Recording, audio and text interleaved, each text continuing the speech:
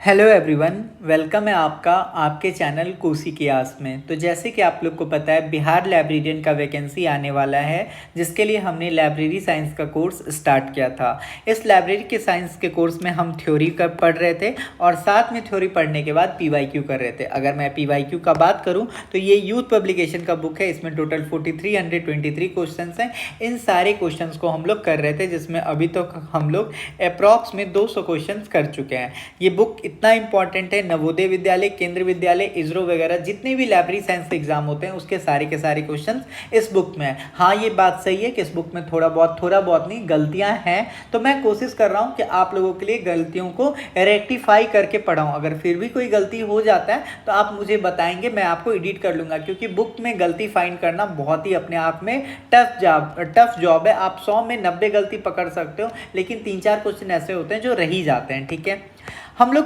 अगर आप बिहार लाइब्रेरियन का सिलेबस जानना चाहते हो तो ये आपका बिहार लाइब्रेरियन का सिलेबस है, जिसको हम काफ़ी अच्छे से कर रहे हैं। हमने पहला टाइप कर लिया, हमने सेकंड चैप्टर भी कर लिया। आज हम लोग चैप्टर नंबर 4 करेंगे, फिर हम लोग कल वाली क्लास में हम लोग चैप्टर नंबर 3 करेंगे। तो इस टाइप से आपका पूरा का पूरा टॉपिक काफ़ी ईजिली 30 दिन के अंदर कंप्लीट हो जाएगा विथ 4500 क्वेश्चन। ठीक है, आप देखिए, ये आपका यूनिट 2 है, यूनिट 3 है, यूनिट 4 है। अगर आप इस प्लेलिस्ट में बने रहते हो तो आपका सिस्टमेटिक ये पूरा का पूरा सिलेबस कंप्लीट हो जाएगा और आपको एक अलग ही कॉन्फिडेंस मिलेगा। देखो दोस्तों, मैं आपको एक एक चीज़ समझा रहा हूँ, समझाते हुए पढ़ा रहा हूँ। ये आपका हैंड रिटन नोट्स है, जो कि आपको किसी भी प्लेटफॉर्म में नहीं मिलेगा। हिंदी और इंग्लिश दोनों का सेपरेट नोट्स है। तो हिंदी वाले मीडियम के जो स्टूडेंट्स हैं उनको हिंदी में नोट्स प्रोवाइड होगा, और जो इंग्लिश वाले मीडियम के स्टूडेंट हैं उनको इंग्लिश में प्रोवाइड होगा। क्योंकि इंग्लिश व हिंदी वाले स्टूडेंट के साथ तो ये था कि हिंदी का नोट सारे जगह अवेलेबल है, लेकिन इंग्लिश वाले स्टूडेंट्स को नोट्स में बहुत दिक्कत आता है, क्योंकि इंग्लिश का कंटेंट इतना इजीली अवेलेबल नहीं है। तो आप देख सकते हो, ये आपका कंप्लीट इंग्लिश नोट्स है। मैं आज आप लोग को ये डेमो दिखा रहा हूँ, ये देख लीजिए। आपका ये कंप्लीट नोट्स है, हैंड रिटन नोट्स है, जो कि आपको किसी भी प्लेटफॉर्म पे नहीं मिलेगा। इसमें देखो, ये जो आपका टाइप ऑफ लाइब्रेरी वगैरह है, तो इसमें मैंने इमेज वगैरह सब कुछ लगा दिया है, ताकि आपको काफ़ी अच्छे से क्या हो जाए, समझ में आ जाए। आज का जो हम लोग का टॉपिक है दोस्तों, ये क्या है आपका, ये है आज हम लोग का जो टॉपिक है, ये है आपका रूल ऑफ लाइब्रेरी साइंस, यानी 5 लॉ ऑफ लाइब्रेरी साइंस। ये हम लोग करने वाले हैं। देख सकते हो कितना अच्छा हैंड रिटन नोट्स है, आपको पसंद आएगा।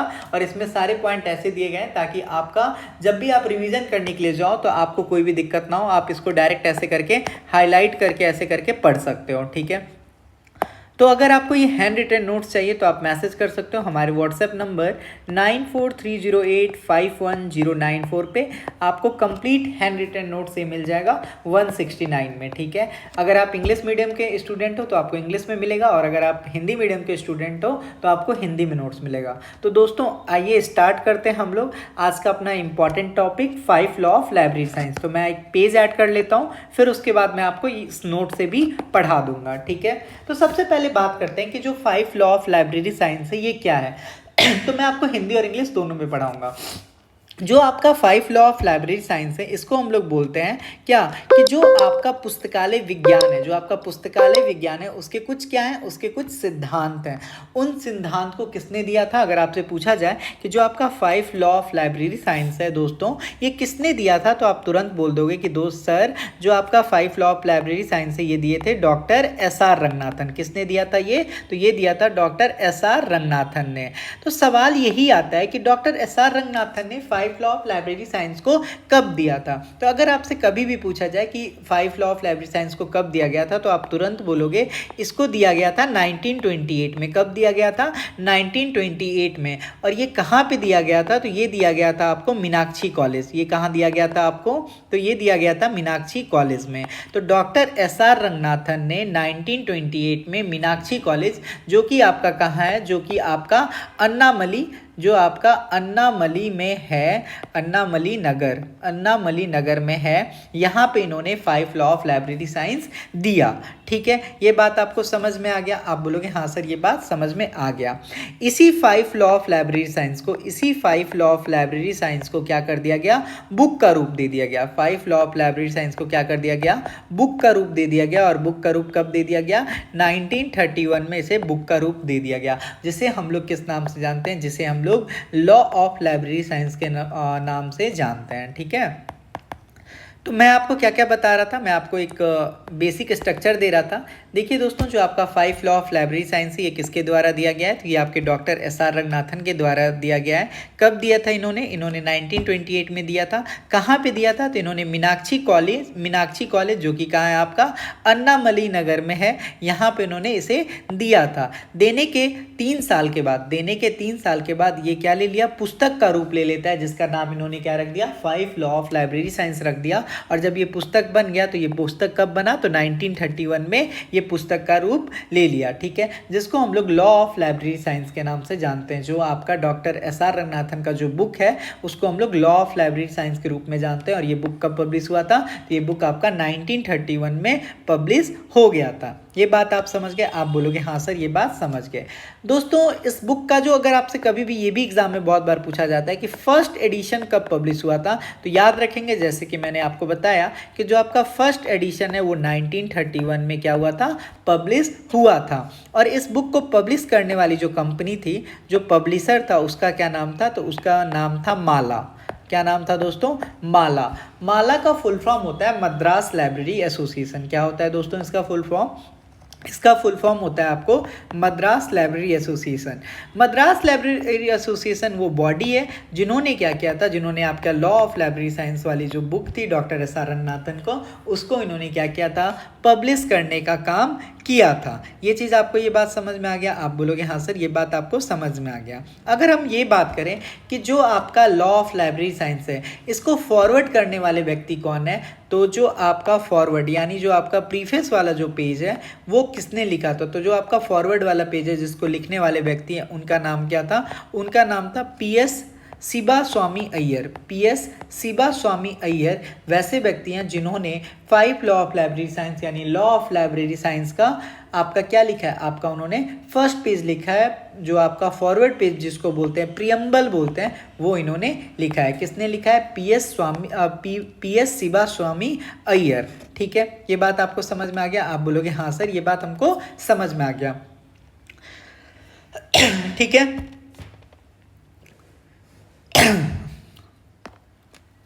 अब बात करते हैं कि जो आपका लॉ ऑफ लाइब्रेरी साइंस है इसका जो इंट्रोडक्शन पेज है वो किसने लिखा।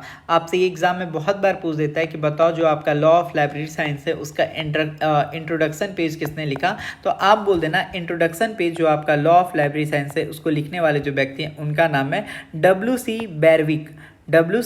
बैरविक सैयर। क्या नाम है, W.C. बैरविक सैयर। ठीक है, ये वह व्यक्ति हैं जिन्होंने लॉ ऑफ लाइब्रेरी साइंस का इंट्रोडक्शन पेज लिखा। ये फॉरवर्ड मतलब जो प्रियम्बल है वो किसने लिखा, पीएस शिवास्वामी अय्यर ने आपका लॉ ऑफ लाइब्रेरी साइंस का क्या लिखा, प्रियम्बल लिखा। ठीक है, जिसको उद्देशिका भी आप बोल सकते हैं। ठीक है, पब्लिशर कौन है, तो माला है। माला का फुल फॉर्म हो जाता है आपका मद्रास लाइब्रेरी एसोसिएशन। क्या हो जाता है, मद्रास लाइब्रेरी एसोसिएशन। दोस्तों एग्जाम में बहुत बार पूछता है कि बताओ जो आपका लॉ ऑफ लाइब्रेरी साइंस है उसका सेकेंड एडिशन कब पब्लिश हुआ था। तो अगर कभी भी आपसे पूछे कि सेकंड एडिशन कब पब्लिश हुआ था, तो आप तुरंत बोल दोगे कि दोस्तों जो आपका सेकंड एडिशन था लॉ ऑफ लाइब्रेरी साइंस का वो 1957 में आया था। कब आया था दोस्तों, तो ये आपका 1957 में आया था।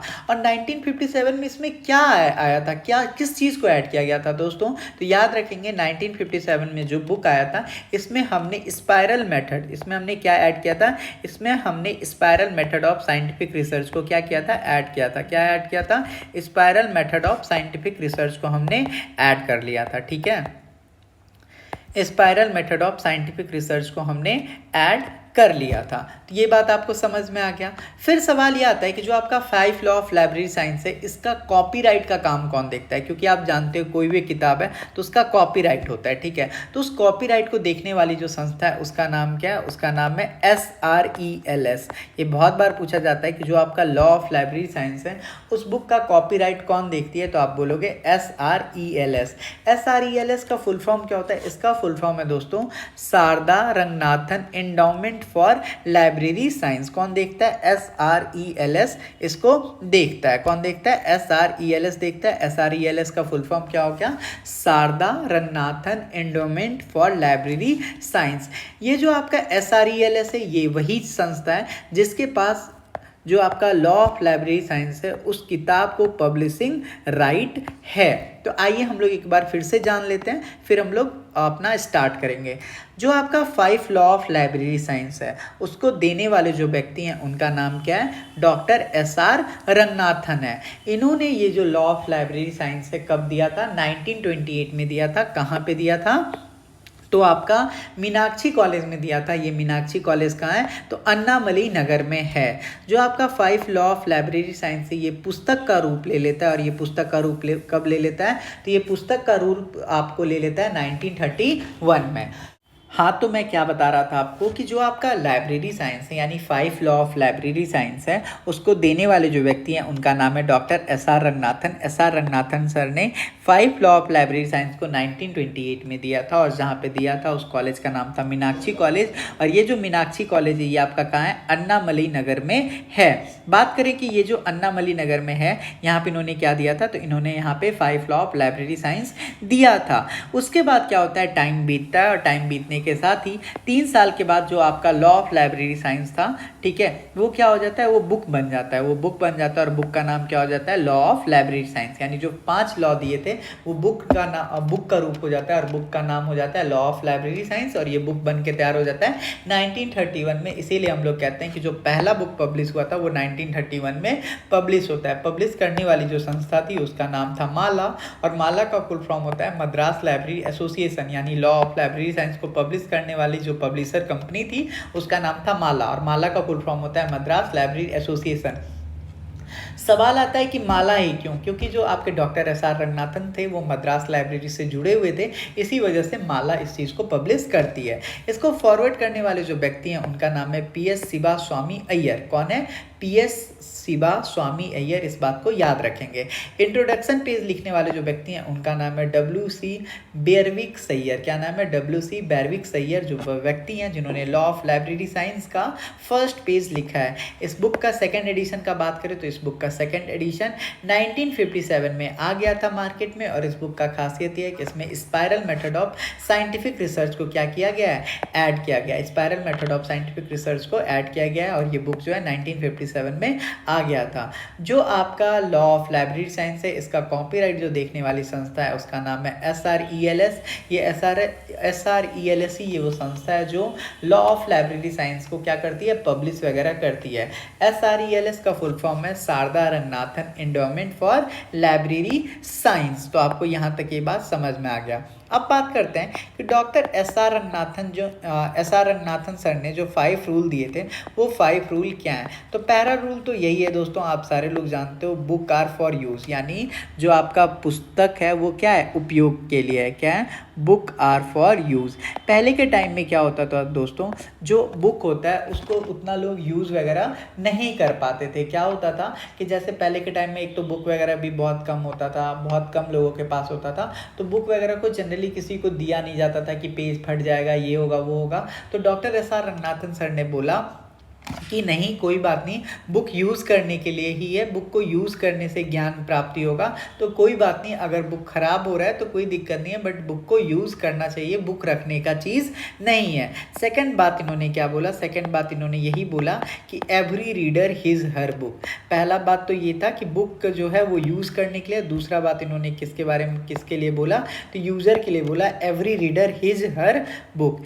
इसका मतलब ये हो गया कि जो भी लाइब्रेरी में आ रहा है उस हर एक व्यक्ति के लिए एक किताब होगा। Every reader his her book, यानी प्रत्येक पाठक को उसको एक पुस्तक मिलना चाहिए। प्रत्येक पाठक को क्या मिलना चाहिए? पुस्तक मिलना चाहिए। ठीक है, ये आपका सेकंड लॉ हो गया। और यहीं पे एक और लॉ आ जाता है इसी में, सेकंड लॉ में, जैसे बुक आर फॉर ऑल, जो किताबें हैं वो सबके लिए हैं। Book are for all. ठीक है, तो अगर आपसे कभी भी ये लिखा देखो कि बुक आर फॉर ऑल, किस लाइब्रेरी, कौन सा लाइब्रेरी का सूत्र है, कौन सा लाइब्रेरी का रूल है, तो ये रूल नंबर 2 है। ठीक है, बात करें थर्ड का, तो जो आपका थर्ड है इसका हो जाता है एवरी बुक इट्स रीडर। क्या है आपका?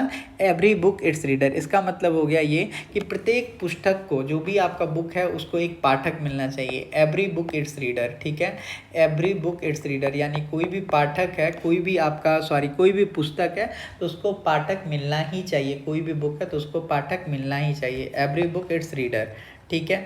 जो आपका चौथा रोल है वो कहता है save the time of reader. क्या कहता है? Save the time of reader, यानी जो भी पाठक आपके लाइब्रेरी में आ रहा है उसका क्या करो, टाइम बचाओ, save the time of reader. ये आपका चौथा लॉ कहता है, save the time of reader. और जो आपका पांचवा लॉ है वो ये कहता है कि जो आपका लाइब्रेरी है वो क्या है, तो लाइब्रेरी एक ग्रोइंग संस्था है, library is A growing organism. जब मैं आपको ग्रोइंग ऑर्गेनिज्म का बात करता हूँ तो यहाँ पे भी आपका ऑर्गेनिज्म में दो टाइप का आता है। ग्रोथ जो होगा वो आपका दो टाइप का होगा, एक तो आपका चाइल्ड ग्रोथ, एक तो आपका चाइल्ड ग्रोथ होता है और एक आपका एडल्ट ग्रोथ होता है, जो कि मैं आपको फिफ्थ लॉ को जब मैं डिस्कस करूंगा तो मैं आपको ये चीज़ बताऊंगा। तो पहला बात क्या हो गया कि जो आपकी किताबें हैं वो यूज़ के लिए हैं, every reader his her book, book are for all, every book its reader, save the time of reader, और library is a growing organism.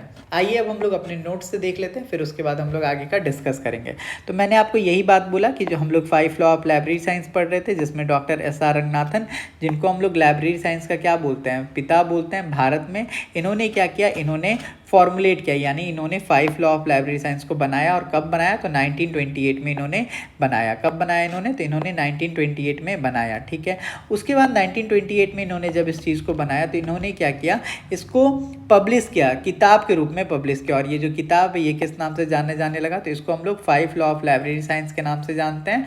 और ये बुक जो है पब्लिश हुआ पहली बार 1931 में, इसीलिए हम लोग इसको बोलते हैं फर्स्ट एडिशन। तो इसी टाइप से आप लोग नोट्स को निकलवा लेंगे और प्रिंट उस पर हाईलाइट करते जाएंगे मेरे साथ साथ, ताकि आपको काफ़ी मज़ा आए, ठीक है। जो आपके रंगनाथन सर हैं, इन्होंने ही 5 लॉ ऑफ लाइब्रेरी साइंस को दिया था। और कब दिया था, तो जब मीनाक्षी कॉलेज अन्नामलई जो है यहाँ पे कॉन्फ्रेंस चल रहा था, मीनाक्षी कॉलेज अन्नामलई में क्या चल रहा था, कॉन्फ्रेंस चल रहा था। इसी में इन्होंने 1928 में क्या दिया, आपका 5 लॉ ऑफ लाइब्रेरी साइंस को दिया।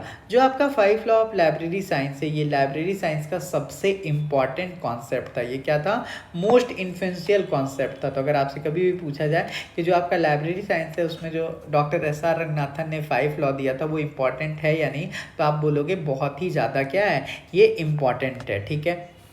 क्लियर हो गया। These law were first publish in 1931। जैसे कि मैंने आपको बताया, इस किताब को पहली बार पब्लिश 1931 में किया गया था। और इस किताब का जो आपका क्या है, जो आपका फॉरवर्ड है वो लिखने वाले जो व्यक्ति हैं उनका नाम क्या है, पी.एस. शिवास्वामी अय्यर। और जो इंट्रोडक्शन पेज लिखने वाले, जैसे कि मैंने आपको बताया था, वो कौन है, W.C. बैरविक सैयर, ठीक है। क्लियर हो गया। तो वही कह रहा है कि जो आपका 5 लॉ ऑफ लाइब्रेरी साइंस है, इसके ऑथर कौन है, तो डॉक्टर एस.आर. रंगनाथन है। जो आपका फॉरवर्ड करने वाले जो व्यक्ति हैं वो कौन है, तो पी.एस. शिवास्वामी अय्यर है। जो आपका इंट्रोडक्शन पेज लिखने वाले हैं वो कौन है, तो W.C. बैरविक सैयर है। जो इसका पब्लिशर है वो कौन है, तो माला है, जैसे कि मैंने आपको बताया था। और माला का फुल फॉर्म क्या होता है, मद्रास लाइब्रेरी एसोसिएशन। क्या होता है दोस्तों, मद्रास लाइब्रेरी एसोसिएशन। इस किताब का जो पहला प्रति था वो 1931 में आया था, जो दूसरा प्रति था वो 1957 में आया था। और 1957 में जब आया था तो इसमें क्या कर दिया गया था, इसमें ऐड कर दिया गया था। और क्या ऐड कर दिया गया था, तो साइंटिफिक रिसर्च मेथड को ऐड कर दिया गया था। Spiral method of scientific research को क्या कर दिया गया था, ऐड कर दिया गया था। और इस बुक को पब्लिश करने वाली जो कंपनी है जिसको ये पब्लिशिंग राइट है वो किसके पास है, SRELS को है। और SRELS जो है ये क्या है, ये इस बुक को पब्लिश करने का काम करती है। तो इस बात को भी आप लोग ध्यान रखेंगे, ठीक है। SRELS का फुल फॉर्म क्या होता है, तो Sharada Ranganathan endowment for library science होता है। और इसी के पास इस बुक को पब्लिश करने का क्या है, राइट है। जो मैंने आपको बताया कि जो आपका लाइब्रेरी साइंस का जो नियम है वो यही है, बुक जो है, बुक आर फॉर यूज़, यानी जो आपका पुस्तक है वो यूज़ के लिए। Every reader his her book, इसका मतलब ये हो गया प्रत्येक पाठक को उसका पुस्तक मिलना चाहिए। एवरी बुक इट्स रीडर, यानी जो भी आपका क्या है, जो भी आपका किताब यानी जो भी पुस्तक है उसको एक पाठक मिलना चाहिए। Save the time of reader, इसका मतलब ये हो गया कि प्रत्येक मतलब जो आपका पाठक है जो आपके लाइब्रेरी में आ रहा है उसको आपका समय बचाना है। और the library is a growing organism, यानी जो आपका ग्रंथालय है वो क्या है, आपका एक ग्रोइंग ऑर्गेनिज्म है। ग्रोइंग ऑर्गेनिज्म का जब हम बात करते हैं तो दो टाइप का होता है, ठीक है। यानी एक चाइल्ड ग्रोथ होता है और आपका एक एडल्ट ग्रोथ होता है। दूसरा चीज़, एक इंपॉर्टेंट चीज़ मैं आपको यहाँ पे बताने जा रहा हूँ कि जो आपके डॉक्टर एस.आर. रंगनाथन सर थे, जो आपके डॉक्टर एस.आर. रंगनाथन सर थे, ये सबसे पहले आपके मैथमेटिशियन हुआ करते थे। ये क्या हुआ करते थे, सबसे पहले आपके मैथमेटिशियन हुआ करते थे। ये पहले आपके लाइब्रेरियन नहीं थे। वो तो जब इनको क्या कर दिया गया, इनको जब बुलाया गया, ठीक है, जब इनको बुलाया गया और इनको लाइब्रेरियन बना दिया गया, ठीक है, जब इनको लाइब्रेरियन बना दिया गया, ठीक है, तब जाके इनको ये चीज़ इंटरेस्ट आया कि हाँ हमको लाइब्रेरी साइंस के फील्ड में भी क्या करना है, काम करना है, ठीक है। वरना ये तो मैथमेटिशियन थे और इनके जो गुरु थे उनका नाम क्या था, उनका नाम था प्रोफेसर एडवर्ड एन रॉस। क्या नाम था, प्रोफेसर एडवर्ड एन रॉस, ठीक है। तो याद रखिएगा प्रोफेसर एडवर्ड एन रॉस जो थे वो एक मैथमेटिशियन टीचर थे और इन्होंने ही रंगनाथन का जो फर्स्ट लॉ है यानी बुक आर फॉर यूज़ है, इसके इफेक्ट से यानी प्रोफेसर एडवर्ड डी रॉस का जो इफेक्ट था उसके तहत ही आपका बुक आर फॉर यूज़ बनाया गया। तो आपसे बहुत बार क्वेश्चन पूछता है कि जो आपका बुक आर फॉर यूज़ है यानी लाइब्रेरी साइंस का जो प्रथम नियम है वो डॉक्टर एस आर रंगनाथन ने किसके इफेक्ट से बनाया, तो आप बोलोगे प्रोफेसर एडवर्ड एन रॉस। अगर आपको नहीं समझ में आ रहा है तो मैं आपको फिर से बताता हूँ। जो आपका पहला लॉ है यानी लाइब्रेरी साइंस का, तो वो किसके कहने पे इन्होंने बनाया, ये चीज़ मैं आपको समझा रहा हूँ। तो मैं आपको यही कह रहा हूँ कि जो आपके doctor S R Ranganathan sir थे वो लाइब्रेरियन से पहले वो मैथ के क्या थे, प्रोफेसर थे।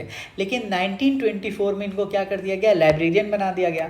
और जब 1924 में इनको लाइब्रेरियन बना दिया जाता है तो इनको लाइब्रेरी साइंस के फील्ड में क्या आ जाता है, इंटरेस्ट आ जाता है। तो इंटरेस्ट आ जाता है तो वो उस पर काम करना स्टार्ट कर देते हैं। तो जब 1928 में ये पहला अपना मतलब लाइब्रेरी का जो नियम देते हैं वो देते हैं, तो उसमें पहला नियम तो यही है, बुक आर फॉर यूज। तो आपसे एग्जामिनर यही पूछेगा कि जो बुक आर फॉर यूज है ये किसके कहने पे, किससे इंस्पायर्ड होकर इन्होंने ये नियम दिया, तो आप बोलोगे कि ये doctor S R Ranganathan sir के जो मैथ के टीचर थे उनसे इंस्पायर होकर इन्होंने ये लॉ दिया। जो आपके एस आर रंगनाथन सर थे उनके मैथ के टीचर का क्या नाम था, प्रोफेसर एडवर्ड एन रॉस। ये क्या थे, आपके मैथ के टीचर थे, ठीक है। तो ये बात समझ में आ गया बुक आर फॉर यूज कहाँ से आपको आया, ठीक है। आप बोलोगे हाँ सर ये चीज़ हमको समझ में आ गया।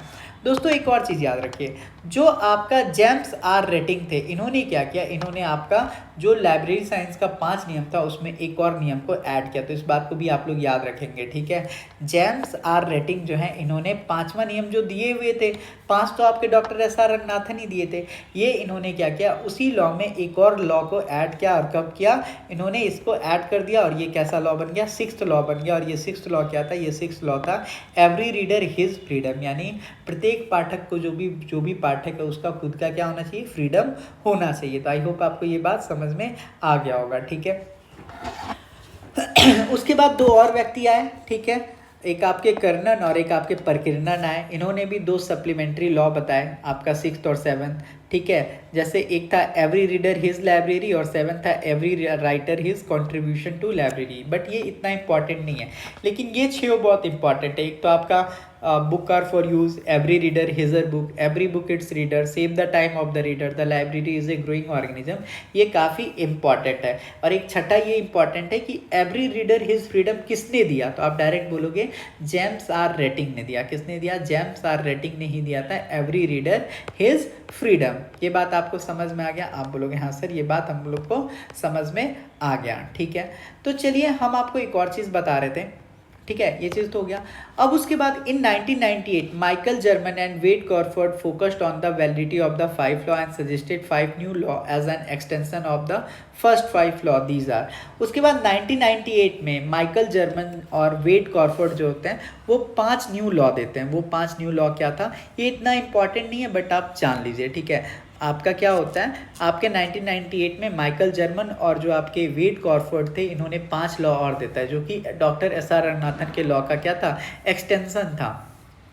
ये क्या था आपका, लाइब्रेरी सर्व ह्यूमैनिटी। जो आपका लाइब्रेरी होता है वो क्या सर्व करती है, तो जो आपका लाइब्रेरी है, इन्होंने बोला कि जो आपका लाइब्रेरी है वो आपका ह्यूमैनिटी को क्या करती है, सर्व करती है। Respect of all form by which knowledge is communicated. आपको नॉलेज किसी भी फॉर्म में मिल रहा है, आपको उसका क्या करना चाहिए, रिस्पेक्ट करना चाहिए। जैसे मान लो मैं अभी आपको यूट्यूब के माध्यम से पढ़ा रहा हूँ तो आपको उस पर रिस्पेक्ट करना चाहिए, आपको उसको सराहना चाहिए। ये नहीं कि हम कमी ढूंढने में बैठे हुए। As a librarian you have to respect if you are getting any information, okay. use technology intelligently to enhance service। जो हमारा लाइब्रेरी है उसमें आपको टेक्नोलॉजी को काफ़ी इंटेलिजेंटली यूज़ करना होगा ताकि हम अपने सर्विसेज को क्या कर सकें, अच्छा कर सकें। ये नहीं कि आप कोई ओल्ड टेक्नोलॉजी यूज़ कर रहे हो या आपके पास टेक्नोलॉजी है तो आप उसका सही ढंग से यूज़ नहीं कर पा रहे हो, ठीक है। Protect free access to knowledge. आपको क्या करना है, जो आपका फ्री एक्सेस का नॉलेज, जैसे मान लो मैं अभी आपको यूट्यूब पे प्लेटफॉर्म पे ये आपको फ्री में पढ़ा रहा हूँ, ठीक है। फ्री फ्री में ज्ञान दे रहा हूँ। तो इस ज्ञान को आपको प्रोटेक्ट करना है। ये नहीं करना है कि आपको कॉपीराइट मतलब ऐसा काम करना है जिससे मेरे को कोई भी मॉनेटरी बेनिफिट पे क्या इफेक्ट हो। आपको अगर कोई भी फ्री एक्सेस है तो उसको आपको क्या करना है, बचाना है, ठीक है, ताकि वो सामने वाला, उसको सपोर्ट करना है ताकि वो सामने वाला आपको वो चीज़, आपके लिए वो चीज़ करता रहे, ठीक है। और लास्ट क्या है, honour the past and create the future. आपको आपका जो विरासत है उसको आपको रिस्पेक्ट करना है, लेकिन आपको साथ में फ्यूचर के लिए आपको काम करना है, फ्यूचर के लिए आपको क्रिएट करना है। तो माइकल जर्मन 1998 में 5 लॉ और देते हैं, जिसमें पहला था लाइब्रेरी जो है वो ह्यूमैनिटी को सर्व करती है। आपको हर फॉर्म के नॉलेज को क्या करना है, रिस्पेक्ट करना है। हर फॉर्म के नॉलेज को क्या करना है, रिस्पेक्ट करना है। आपको टेक्नोलॉजी को यूज़ करना है, लेकिन कैसे करना है, इंटेलिजेंटली करना है। जो आपका फ्री में नॉलेज है उसको क्या करना है, आपको protect, free access to knowledge करना है। और जो भी आपका पास्ट है उसको आपको क्या करना है, ऑनर करना है। और आपको अपने फ्यूचर को क्या करना है, क्रिएट करना है। तो यहाँ तक ये चीज़ तो था, ठीक है। फिर याद कीजिए आपका 2004 में क्या होता है, अलीरजा नौरजी आते हैं। कौन आते हैं 2004 में? 2004 में आपका अलीरजा नौरजी आते हैं। 2004 में कौन आते हैं, अलीरजा नौरजी आते हैं। इन्होंने क्या किया, जो आपका रंगनाथन का लॉ था उसी में इन्होंने क्या किया, एडिट किया। और इन्होंने इसको कैसा बना दिया, आपका कंप्यूटराइज्ड लॉ बना दिया, यानी कंप्यूटर के भाषा में बना दिया, इंफॉर्मेशन सोर्स के भाषा में बना दिया।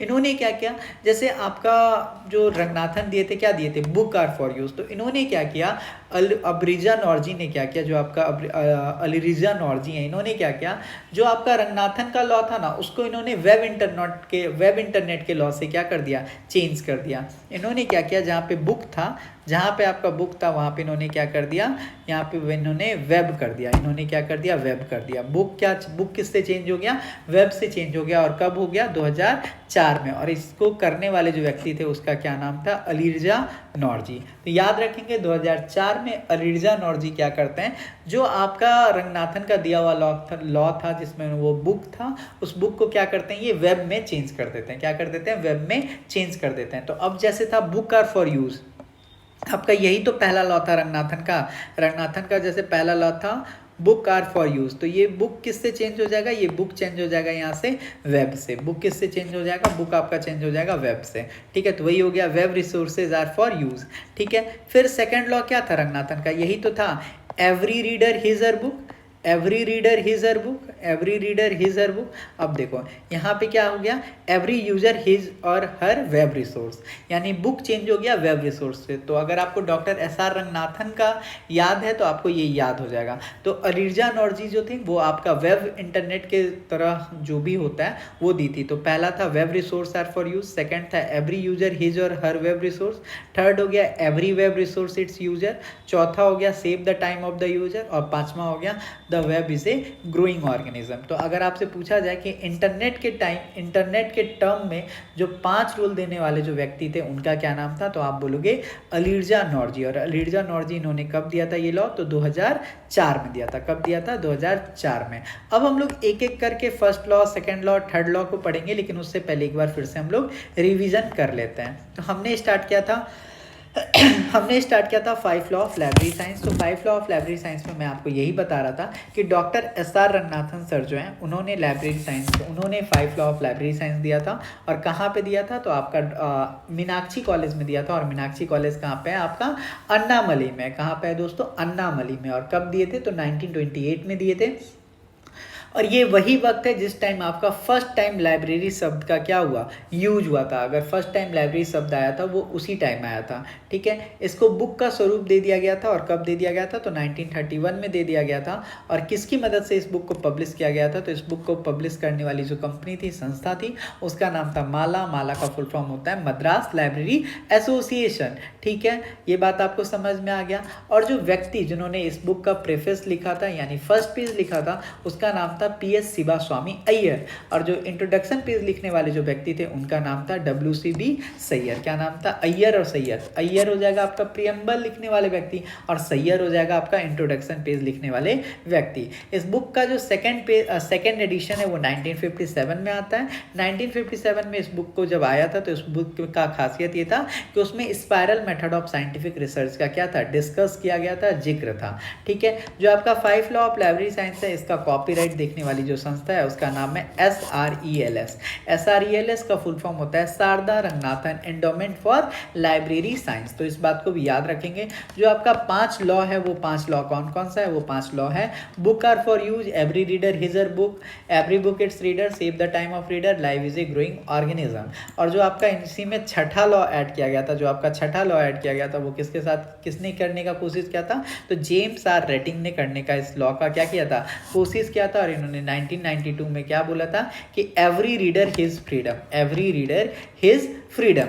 ठीक है, ये बात आपको समझ में आ गया। फिर 2004 में क्या होता है? 2004 में आपका अलीर्जा नॉर्जी आती हैं और जिन्होंने जो लाइब्रेरी साइंस का नियम था उसको इन्होंने क्या किया? बुक को रिप्लेस कर दिया वेब से। बुक को किससे रिप्लेस कर दिया? वेब से। अब जो आपका बुक आर फॉर यूज था वो हो जाता है आपका information are for use, every reader his information. ठीक है, फिर हो जाता है every information its user, save the time of the user, the web is a growing organism. ठीक है, आई होप आपको इतना बात समझ में आया होगा। आइए अब हम लोग फर्स्ट लॉ के इम्प्लीमेंटेशन के बारे में पढ़ते जाते हैं। तो मैं पेज ऐड कर लेता हूँ और अब मैं आपको फर्स्ट लॉ कैसे कैसे काम करता है इसको मैं आपको समझाते जाता हूँ। तो दोस्तों सबसे पहले हम लोग फर्स्ट लॉ के बारे में बात करते हैं। तो दोस्तों देखो, जो आपका फर्स्ट लॉ है इसको देने वाले जो व्यक्ति हैं वो कौन है? तो आप सारे लोग जानते हो, डॉक्टर SR रंगनाथन है। कौन है? डॉक्टर SR रंगनाथन है।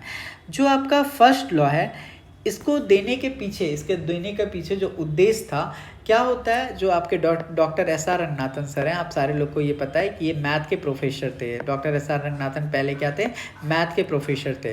तो डॉक्टर SR रंगनाथन के भी एक मैथ के टीचर थे जिसका नाम क्या था? Professor Edward Ross, professor Edward B Ross. ठीक है, इनके से प्रेरित होकर इन्होंने क्या दिया? इन्होंने फर्स्ट लॉ दिया। तो आप लोग कंफ्यूज मत होइएगा, डॉक्टर SR रंगनाथन पहले क्या थे? तो डॉक्टर SR रंगनाथन पहले मैथ के टीचर थे। और कब थे? 1924 से पहले थे आपके ये मैथ के टीचर। 1924 के बाद इनको क्या कर दिया गया था? लाइब्रेरियन बना दिया गया था। और इसी के बाद इनको क्या आया था? इंटरेस्ट आया था। तो ये बात आपको समझ में आ गया। फर्स्ट लॉ जो है ये प्रोफेसर एडवर्ड बी रॉस से के इफेक्ट से इन्होंने फर्स्ट लॉ दिया था। और ये 1924 में लाइब्रेरियन बनने के बाद इनको लाइब्रेरी साइंस से रिगार्डिंग इंटरेस्ट आया।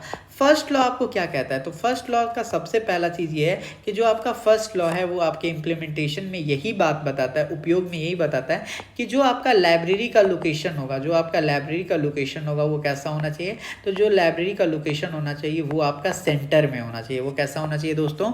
वो आपका सेंटर में होना चाहिए। इसका कारण ये है कि अगर आपका लाइब्रेरी सेंटर में रहेगा तभी तो हर आदमी को खोजने में आसानी होगा, है ना। अगर कहीं शहर के एक किनारे में बना दोगे तो बाकी लोग नहीं आ पाएंगे। तो जो लाइब्रेरी का फर्स्ट लॉ है वो यही कहता है, वो उपयोग के बारे में बताता है। जो आपका लाइब्रेरी साइंस का फर्स्ट लॉ है वो क्या बताता है? उपयोग के बारे में बताता है कि जो आपका लाइब्रेरी है उसका अत्यधिक यूज होना चाहिए, मोस्ट यूज होना चाहिए, बहुत ज़्यादा यूज होना चाहिए। उसके लिए हम लोग को क्या करना होगा? लाइब्रेरी का लोकेशन कहाँ रखना होगा? सेंटर में रखना होगा। जो लाइब्रेरी का टाइमिंग होता है यानी आवर्स होता है वो ऐसा होना चाहिए कि उस वक्त सारे लोग आ सकते हैं। ऐसा नहीं कि आप मान के चलो जैसे 9 बजे से खोल रहे हो, 9 से 5 तक खोल रहे हो, बाकी बंद कर दे रहे हो। तो ऐसा हो सकता है ना दोस्तों कि जो लोग 5 बजे ऑफिस करके आते हैं वो लाइब्रेरी जा ही ना पाए, या आप सैटरडे संडे को लाइब्रेरी को बंद कर दे रहे हो जिस दिन सारे लोग फ्री रहते हैं। तो आपको लाइब्रेरी का टाइम ऐसा रखना होगा जिस टाइम पे लोग आएँ आपके पास। जो लाइब्रेरी का फर्नीचर होगा वो कैसा होगा? वो आपका कंफर्टेबल होना चाहिए ताकि जो भी लाइब्रेरी में आ रहा है वो आपका आराम से बैठ सकें। क्या कर सके? आराम से बैठ सकें। जो लाइब्रेरी होगा उसके अंदर प्रॉपर लाइटिंग का व्यवस्था होगा ताकि किसी को भी किताब पढ़ने में कोई दिक्कत ना हो। जो लाइब्रेरी के अंदर एयर यानी हवा का प्रॉपर व्यवस्था हो ताकि किसी का मन वगैरह ना घुटे। जो लाइब्रेरी है उसका बिल्डिंग भी अच्छा होना चाहिए। बिल्डिंग इसलिए अच्छा होना चाहिए ताकि किसी को सफोकेशन वगैरह प्रॉब्लम ना हो। तो मैंने आपको क्या क्या बताया? जो आपका लाइब्रेरी है वो उसका लाइब्रेरी सेंटर में होना चाहिए। लाइब्रेरी जो होता है जो दोस्तों उसका मेन उद्देश्य यही होता है पहले लॉकर कि लाइब्रेरी का बहुत से ज़्यादा यूज़ होना चाहिए। लाइब्रेरी का टाइम रिलेवेंट होना चाहिए। लाइब्रेरी का फर्नीचर वगैरह अच्छा होना चाहिए। लाइब्रेरी के अंदर लाइट का व्यवस्था होना चाहिए। लाइब्रेरी के अंदर एयर का व्यवस्था होना चाहिए। लाइब्रेरी का बिल्डिंग अच्छा होना चाहिए। ऐसा नहीं कि पूरा डरावना लग रहा है। जो आपका लाइब्रेरी का नियम है, इसके अंदर लॉकर वगैरह का भी व्यवस्था करने के लिए कहा गया है। किस चीज़ का व्यवस्था करने के लिए कहा गया है? लॉकर वगैरह का भी व्यवस्था करने को कहा गया। तो आपसे डायरेक्ट पूछेगा बताओ जो आपका लाइब्रेरी का लोकेशन है वो किस लॉ से रिलेटेड है, तो आप क्या बोल दोगे? आप तुरंत बोल दोगे पहला लॉ। आपसे डायरेक्ट पूछेगा बताओ लाइब्रेरी का जो टाइम होगा वो किस लॉ से संबंधित है, तो आप क्या बोल देंगे? पहला लॉ आप बोल दोगे। आपसे पूछेगा कि लाइब्रेरी के अंदर जो लोग आए वो ज़्यादा से ज़्यादा हैं, वो किस लॉ का विशेषता है, तो आपका फर्स्ट लॉ। क्लियर हो गया? आइए अब हम लोग सेकंड लॉ के बारे में बात करते हैं। दोस्तों सेकंड लॉ यही मेरा कह रहा था, every reader his her book. आप बोलोगे यस सर। तो सेकंड लॉ में सबसे पहले बात हम लोग करते हैं कि बुक सिलेक्शन, यानी जो किताब का सिलेक्शन करोगे वो ऐसा करोगे ताकि जो यूजर हैं वो क्या करें? पढ़ सकें। ठीक है। अब मान के चलो कोई आपका मेडिकल कॉलेज, ये मान लेते हैं मेडिकल कॉलेज, यहाँ पे आप बायो वगैरह का किताब ना रख के आप क्या करते हो? इंजीनियरिंग का किताब रख देते हो, तो यूजर थोड़ी उस चीज़ को पढ़ेंगे। तो यानी जो किताब का सिलेक्शन होगा वो उस लाइब्रेरी के अकॉर्डिंग देख के होगा। ठीक है। तो पहला हो गया बुक सिलेक्शन। दूसरा आपका हो गया कि service for blind cap, service for blind and handicap. जितना भी अगर सर्विस का बात देखो, जैसे ही आप सर्विस शब्द देखो, क्या देखो? सर्विस शब्द देखो, आपके दिमाग में एक ही चीज़ आना चाहिए कि ये रूल नंबर 2 में आएगा। सर्विस किस में आएगा? आपका रूल नंबर 2 में आएगा।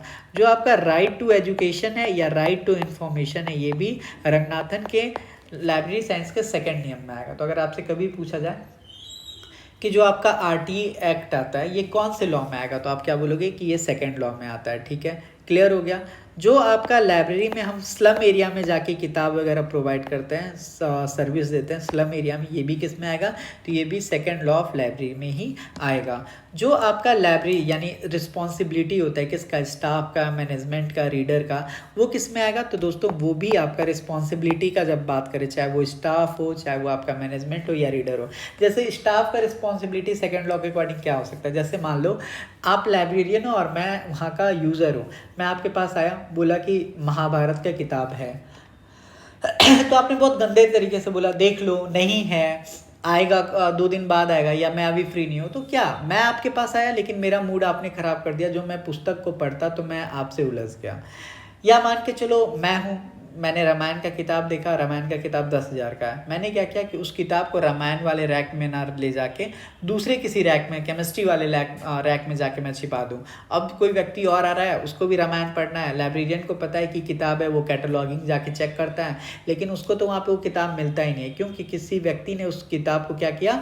दूसरे वाले रैक में ले जाकर रख दिया। तो ये भी नहीं करना है। यानी हर एक व्यक्ति का क्या है? रिस्पॉन्सिबिलिटी है, चाहे वो आपका यूज़र हो, चाहे आपका वो स्टाफ हो, चाहे वो आपका क्या हो? मैनेजमेंट हो। आई होप आपको ये बात समझ में आ गया होगा। फिर अगर हम बात करते हैं लाइब्रेरी शिष्य का, तो लाइब्रेरी का ये क्या होता है? लाइब्रेरी शिष्य होता है। ठीक है, समझ में आ गया। और इसी में हम लोग एडल्ट एजुकेशन के बारे में भी बात करते हैं। तो जो आपका सेकंड लॉ है वो क्या क्या हो गया? तो सेकंड लॉ हो गया जैसे, अच्छा सेकंड लॉ में जो आपका स्टेट है, जो गवर्नमेंट है, उसका भी रिस्पॉन्सिबिलिटी डिसाइड होता है कि जो स्टेट है, गवर्नमेंट है, वो क्या करेगी लाइब्रेरी से रिलेटेड। तो रिस्पॉन्सिबिलिटी वाला जितना भी काम है वो आपका सेकेंड लॉ में ही आ जाता है।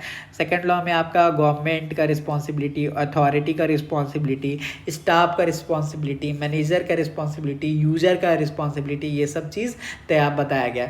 जो आप स्लम एरिया में सर्विस भी, जैसे आप स्लम एरिया में दे रहे हो या ब्लाइंड स्कूल में दे रहे हो, तो ये भी आपका सेकेंड लॉ का ही पार्ट है। जो आपका एक्सटेंशन सर्विस है ये भी आपका लाइब्रेरी का सेकेंड लॉ का पार्ट है। चाहे आप स्टाफ सिलेक्शन की बात करें या लाइब्रेरी सेल्स का बात करें या लाइब्रेरी मैनेजमेंट का बात करें, ये सारा आपका सेकेंड का ही पार्ट है।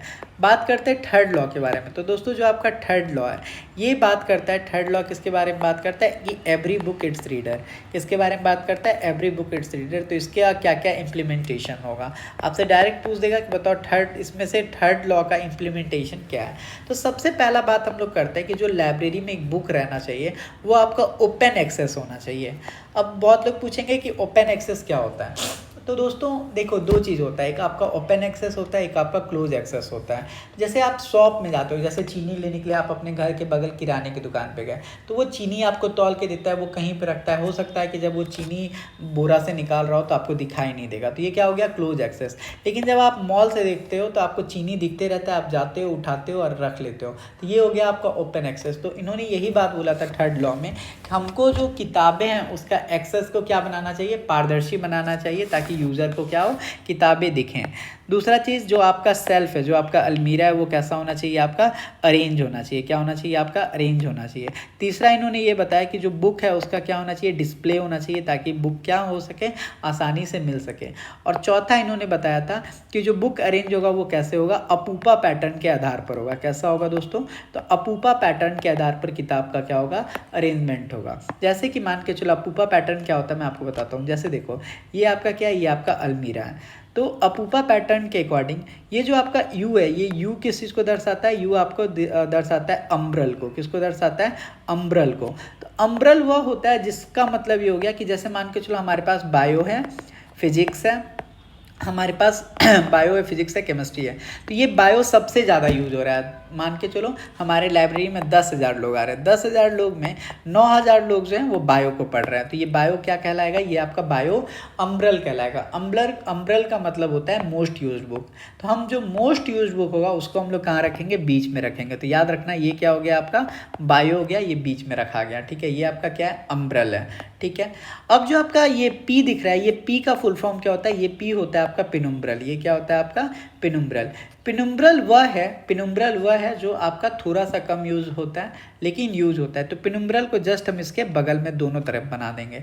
जो किताब सबसे ज़्यादा यूज़ होता है उसको बीच में, जो किताब कम थोड़ा यूज़ हो रहा है उसको उसके जस्ट बगल में। ठीक है, तो ये जो आपका पेनुम्ब्रल है ये क्या होता है, लीस्ट यूज़ को दर्शाता है। ठीक है, समझ में आ गया। और ये जो ए है दोस्तों, ए का मतलब होता है एलियन। ए का मतलब क्या होता है, एलियन, यानी ये कभी कभी यूज़ हो रहा है। ये क्या हो रहा है, कभी कभी यूज़ हो रहा है। तो ये देख रहे हो, एलियन एलियन, ये हो गया पेनुम्ब्रल पेनुम्ब्रल।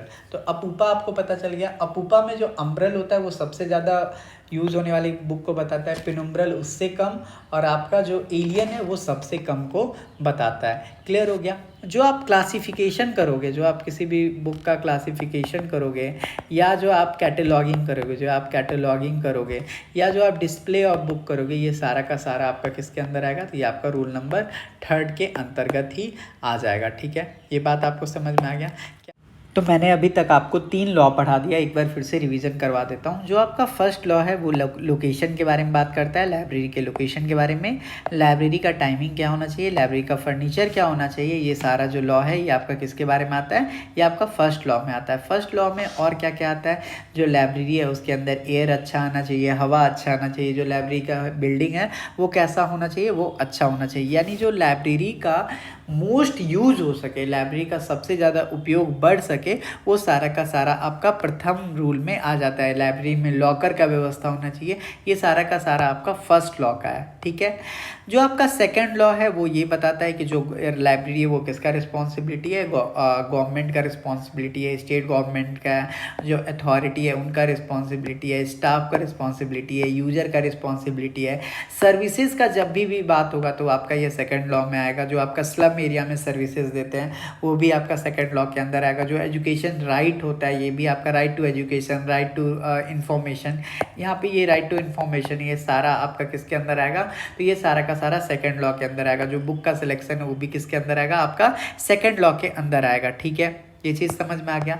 बात करते हैं थर्ड लॉ के बारे में, जो मैं भी आपको पढ़ाया, जैसे ओपन एक्सेस होना चाहिए। ओपन एक्सेस का मतलब मैंने आपको समझाया कि जैसे हम लोग चीनी लेने के लिए जाते हैं तो हम जो दुकान में जाते हैं तो वो क्या हो गया, क्लोज एक्सेस। जैसे हम मॉल में जाते हैं तो वो क्या हो गया, ओपन एक्सेस। क्या, क्योंकि वहाँ पे हमको विजिबल है। सेल्फ अरेंजमेंट होना चाहिए, डिस्प्ले ऑफ बुक होना चाहिए, क्लासिफिकेशन एंड कैटलॉगिंग होना चाहिए, और जो बुक अरेंज होना चाहिए वो कैसे होना चाहिए, अपूपा पैटर्न पे होना चाहिए, जिसमें मैंने आपको बताया था यू अम्ब्रल को शो करता है।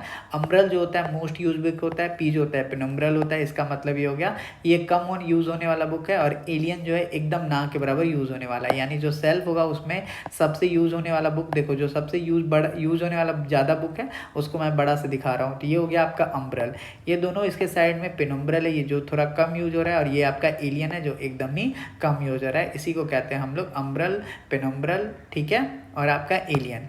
अब हम लोग फोर्थ लॉ के बारे में बढ़ते हैं दोस्तों। जो आपका फोर्थ लॉ है, ठीक है, जो आपका फोर्थ लॉ है वो क्या है, save the time of the reader. Fourth law क्या है आपका, save the time of the reader. ठीक है, ये आपका फोर्थ लॉ है।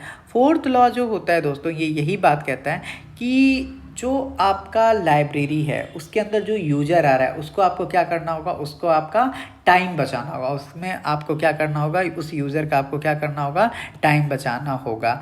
ये बात कहा जाता है, यह सत्य है कि यदि पाठकों को मानसिक भूख को तत्काल शांत न किया जाए तो वो नष्ट हो जाती है। इसका मतलब ये हो गया कि जैसे मान के चलो ये कौन है, ये आपका चिंटू है, इसको मन हो गया कि हमको रामायण पढ़ना है, इसको मन क्या हुआ इस चिंटू को कि हमको ये रामायण पढ़ना है। ये गया लाइब्रेरी, यहाँ पे आप ये लाइब्रेरियन हो, सर आपके पास रामायण का किताब है, आप बोल दिए कि नहीं है, या आप बोल दिए ढूंढो, ठीक है। तो हो सकता है कि इस चिंटू ये जो लाइब्रेरी रामायण का किताब पढ़ने के लिए आया था ये समाप्त हो जाए, फिर ये पढ़ेगा ही नहीं, ये लौट के वापस चला जाएगा। तो यही बात ये आपका कहता है फोर्थ लॉ, कि जो लोग होते हैं, जो आपका यूजर है यानी जो आपका पाठक है, उसके अंदर किसी बुक को पढ़ने की जो चाहत होती है वो बहुत ही जल्द नष्ट हो जाती है, बहुत ही जल्द क्या हो जाती है, डिस्ट्रॉय हो जाती है। इसीलिए अगर आपके पास कोई यूज़र आ रहा है तो उसको आप जितना जल्दी हो सके उतना जल्दी क्या कर सो, आप बुक को उनको प्रोवाइड कर दो, ठीक है। अतः पुस्तकालय को समय को बचत करनी चाहिए, इसी वजह से जो आपका लाइब्रेरी है, ताकि जो यूज़र है उसका पढ़ने का जो इच्छा लेके वो आया था वो नष्ट ना हो। इसी वजह से यूज़र को जो लाइब्रेरियन है उसको उस बुक को तुरंत से तुरंत क्या कर देनी चाहिए, दे देनी चाहिए, ठीक है, जल्दी से जल्दी ढूंढ देनी चाहिए, ठीक है।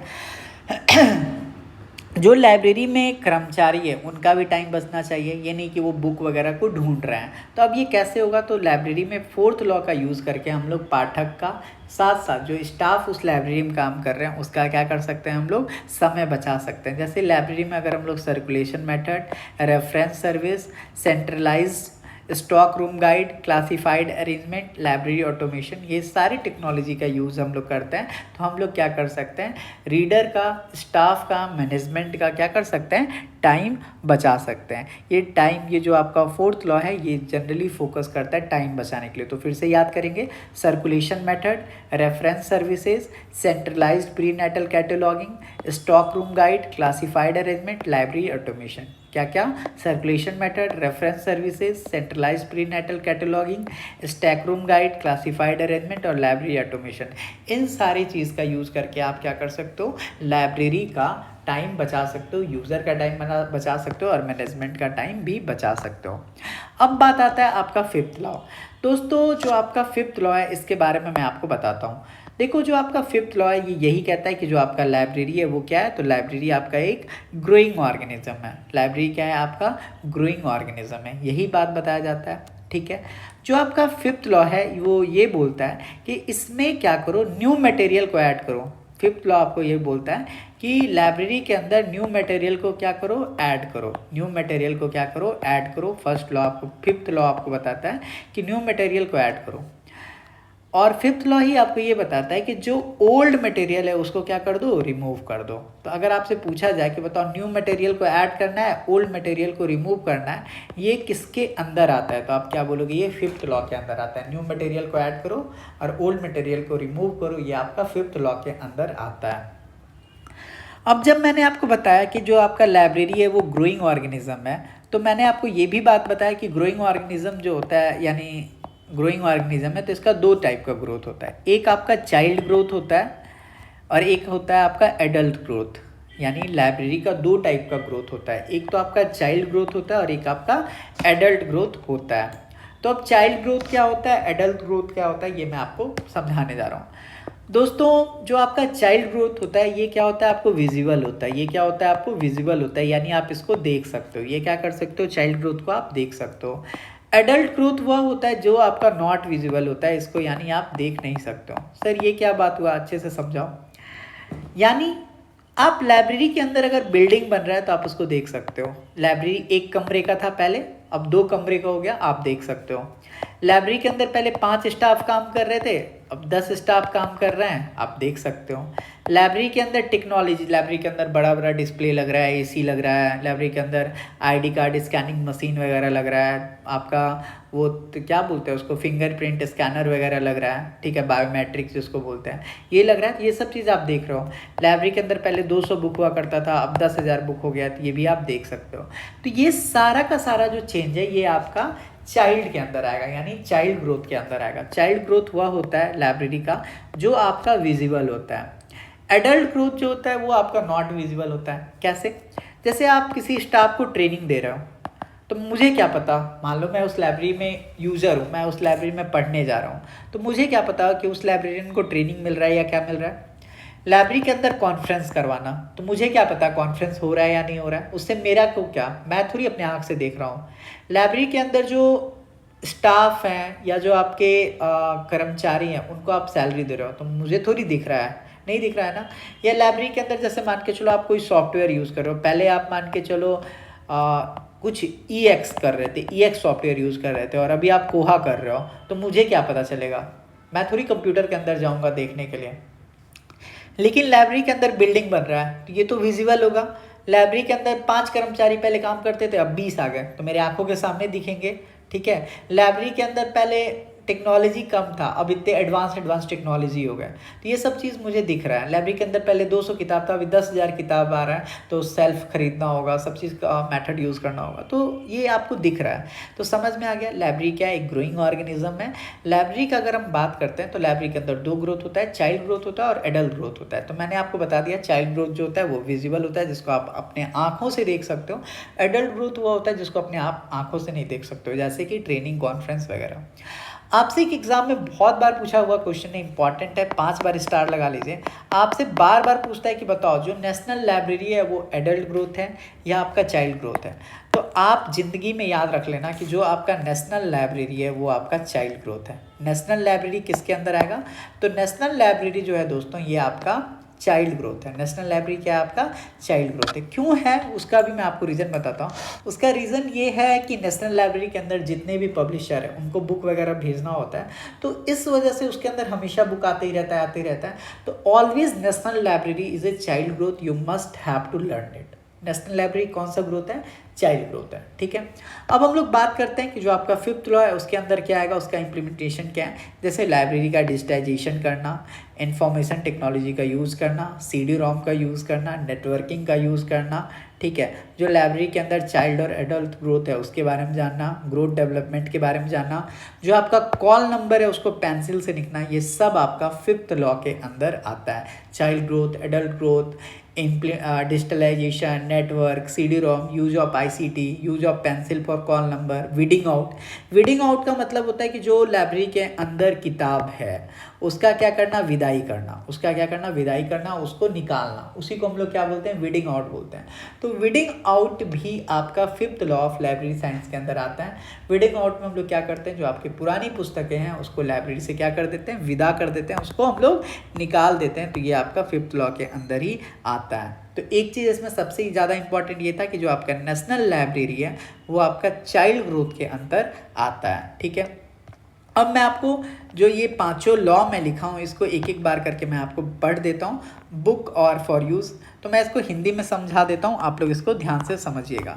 तो जो आपका फर्स्ट लॉ है, यानी जो आपका फर्स्ट लॉ है वो यही कहता है दोस्तों कि जो आपका पुस्तकालय विज्ञान है, पुस्तकालय विज्ञान का जो प्रथम लॉ है वो इस बात पर जोर देता है कि जो पुस्तक है यानी जो आपका बुक है उसका अत्यधिक क्या हो सके, यूज हो सके, उसका क्या हो सके, अत्यधिक यूज हो सके।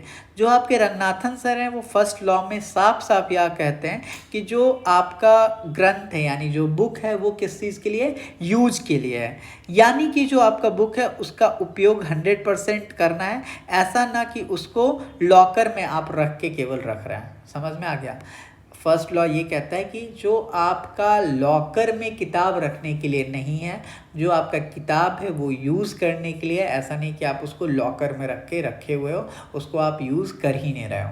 ठीक है, तो पहला लॉ ये बात पे जोर देता है कि आपको किताब का क्या करना है, यूज़ करना है, जिसमें इंपॉर्टेंट क्या आ गया, location, building, library hour, book selection, library staff वगैरह हो गया। इसको आप लोग पढ़ लेना, नोट्स आपको मिल ही जाएगा। ठीक है, मैंने आपको सार बता दिया। सेकेंड लॉ जो every reader his her book, इसके बारे में बताते हैं। ये आपका लाइब्रेरी साइंस का सेकेंड लॉ है और ये इस बात पे जोर देता है कि जितने भी लाइब्रेरी में पाठक आ रहे हैं यानी यूजर आ रहे हैं उसको क्या मिले, उसको बुक मिले। ठीक है, साथ साथ ये बात ये बोलता है कि जो भी आपका बुक है, जो भी आपका बुक है वो क्या है, वो एक तरह का आपका संपत्ति है, उसको आपको प्रिजर्वेशन करना है। ये नहीं कि आप बुक को क्या कर रहे हो, फाड़ रहे हो, चीर रहे हो, ऐसा कुछ भी नहीं आपको करना है। यानी जो पुस्तक है वो सबके लिए है, आप उसको ये नहीं कर सकते हो कि आप उसको सेपरेटली छिपा वगैरह के रख सकते हो, ठीक है। जो आपका पुस्तक है वो सारे वर्गों के लिए है, चाहे वो हिंदू है, मुस्लिम है, सिख है, ईसाई है, चाहे किसी भी कास्ट कम्युनिटी का है, सबके लिए, गरीब है, अमीर है। जो आपका सेकेंड लॉ है वो इस बात पे जोर देता है कि पुस्तक जो है वो पढ़ने का अधिकार हर वर्ग को दिया गया है, और पुस्तक पढ़ने का अधिकार के ऊपर ही जोर देता है, यानी पुस्तक हर कोई पढ़े, इस बात पे आपका सेकंड लॉ काम करता है, ठीक है। जो आपका सेकंड लॉ है उसका मेन उद्देश्य यही है कि पुस्तकालय सेवा का जो पहुंच है वो हर जगह तक पहुंचाया जाए, और जो एवरी रीडर, जितने भी पाठक हैं उनको क्या मिले, किताब मिले, ठीक है। और जो स्टाफ वगैरह का बिहेवियर है वो भी क्या हो, अच्छा हो। थर्ड लॉ के बारे में बात करें तो जो आपका थर्ड लॉ है ये एकदम आपका जो क्या बोलते हैं, जो आपका प्रथम सूत्र है यानी फर्स्ट लॉ है, उससे ये मिलता जुलता है, ठीक है। और इसका कहना यही है कि हर एक जो भी पाठक आ रहा है लाइब्रेरी में, जो भी किताब है लाइब्रेरी में, उसको पाठक मिलना चाहिए। इस बात पे जोर देता है कि लाइब्रेरी के अंदर जो किताब है उसका यूज़ होना चाहिए, उसको एक यूज़र 100% मिलना ही चाहिए। चौथा जो है आपका वो इस बात पे करता है कि लाइब्रेरी के अंदर टाइम बचना चाहिए यूज़र का, क्योंकि जो अंदर आते हैं यूज़र, उनका नेचर ऐसा होता है कि उनको अगर तुरंत बुक नहीं मिला तो उनके अंदर जो पढ़ने का इच्छा है वो क्या हो सकता है, ख़त्म हो सकता है। तो हमको उस इच्छा को ख़त्म होने नहीं देना है। और फिफ्थ लॉ मैंने आपको बता दिया कि लाइब्रेरी जो है ये आपका ग्रोइंग ऑर्गेनिज्म है। तो मैंने आपको रूल ऑफ लाइब्रेरी साइंस काफ़ी अच्छे से समझा दिया। आपका ये हैंड रिटन नोट्स है, तो अगर आप लेना चाहो तो आप मैसेज कर सकते हो 9430851094 पे। आपको ये पड़ेगा 169 में, हिंदी और इंग्लिश दोनों में नोट्स अवेलेबल है, आप ले लो और इस टाइप से हाईलाइट करके आप पढ़ सकते हो। तो हम लोग मिलते हैं नेक्स्ट वीडियो में, और नेक्स्ट वीडियो में हम लोग टॉप 50 क्वेश्चन करेंगे रूल ऑफ लाइब्रेरी साइंस के, जिससे आपका इस टॉपिक पे पकड़ बन जाए। और अगर आपको ये सेशन पसंद आ रहा है दोस्तों तो आप लोग कमेंट कीजिए, ताकि मैं आप लोगों के लिए रेगुलर सेशन लेके आऊँ और 30 दिन के अंदर आपको लाइब्रेरी साइंस में एक अलग ही मुकाम पे पहुँचा पाऊँ। तो मिलते हैं नेक्स्ट वीडियो में, थैंक यू।